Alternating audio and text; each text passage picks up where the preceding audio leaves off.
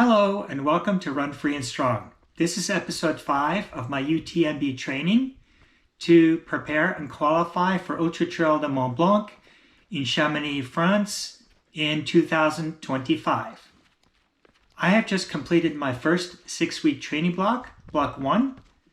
Let's review weeks 5 and 6 and then do a retrospective of the entire 6-week training block. I have structured the video in 3 chapters. Chapter 1 is a synthesis of the 6-week training block, as well as a deep dive into weeks 5 and 6. Chapter 2 is about what's working and what's not working. And finally, Chapter 3 is about prudent changes for training block 2. Chapter 1. Let's start with the highlights for my first 6-week training block. I ran 264 miles, climbed 39,000 feet, and spent about 60 hours time on feet. That equates to weekly averages of 44 miles, 6,500 feet of vertical, and about 10 hours time on feet.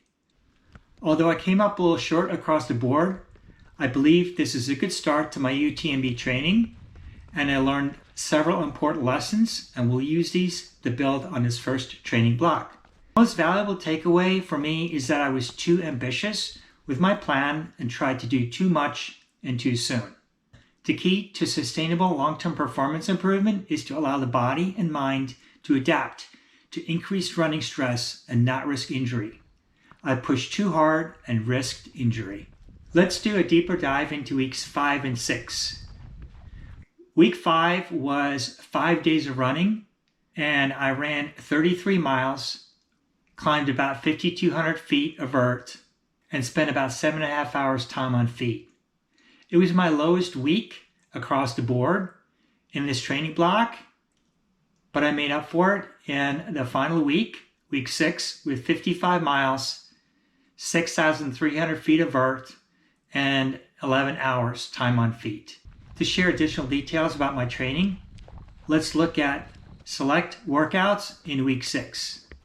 On Tuesday, I ran a 5-mile progression run on the Larkin State Park Trail, which is a groomed trail, and out and back.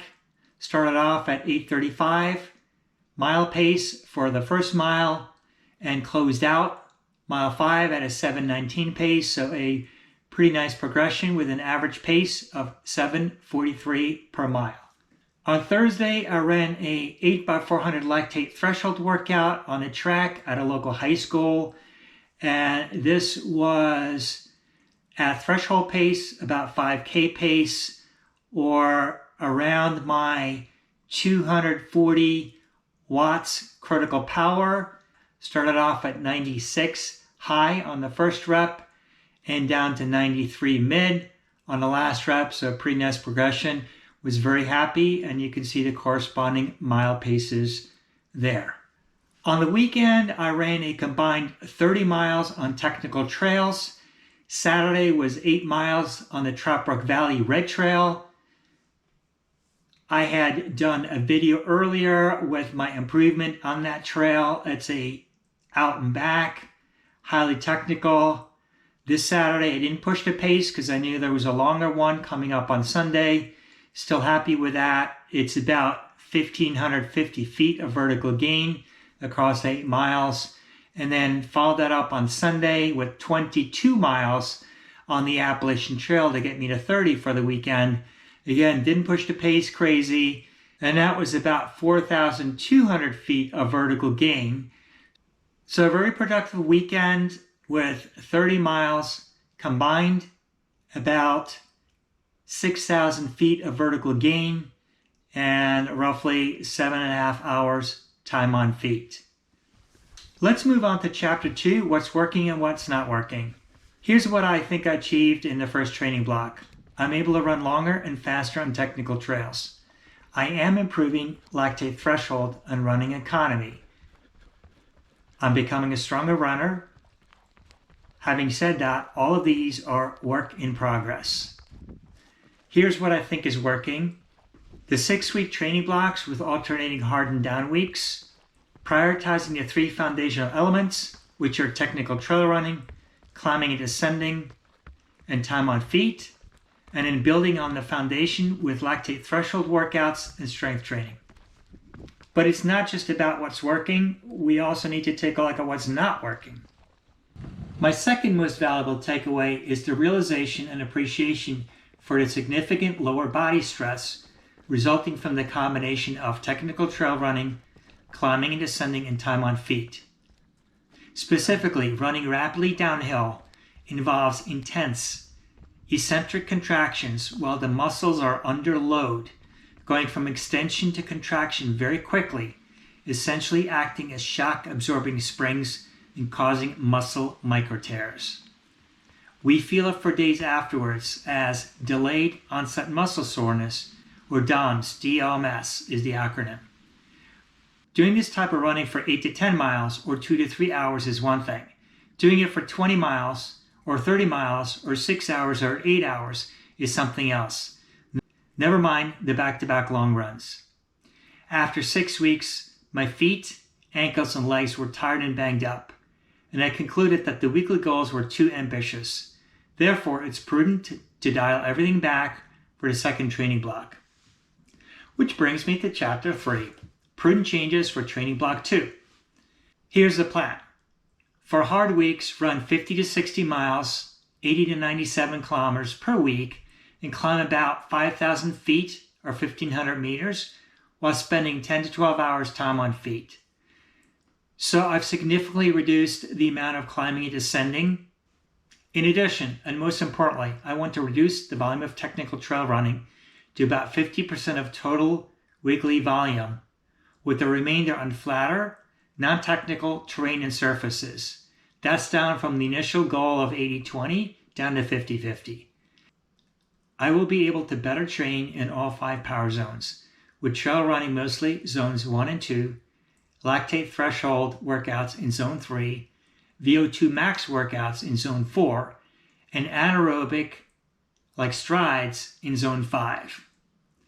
For down weeks, I'll drop to about 40 miles or 65 kilometers and 3,000 feet or about 900 meters.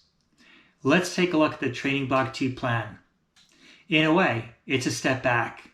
In fact, I'm starting with an off week. That's right, the first week of Block 2 is no running to ensure I consolidate my gains from the first training block and I'm ready to go for the second training block. Before we close the video, I'm thrilled to share with you that I registered for the first UTMB qualifier, the trail Verbier St-Bernard by UTMB. It's the X-Alpine race in Switzerland on July 5th, 2024. It's considered one of the toughest mountain trail ultras in Europe. And you ask, what makes it so tough? First, it's 30,500 feet or 9,300 meters of vertical gain over 87 miles or 140 kilometers, which is an average of 351 feet per mile. And just to put that into context, the Hard Rock 100 in the US, considered one of the hardest ultras, has an average of 328 feet per mile vertical. Much of the race is between 5,000 feet and 9,500 feet of altitude. The terrain is covered with snow and glaciers, and even in the summer is subject to unpredictable alpine weather. Last but not least, the race starts at 10 p.m., so it's an evening start with a 42-hour cutoff. Therefore, I'll be running through 2 nights. Let's go, guys! I hope you found the update on my UTMB training and the review of my first 6-week training block helpful and useful to whatever you may be doing.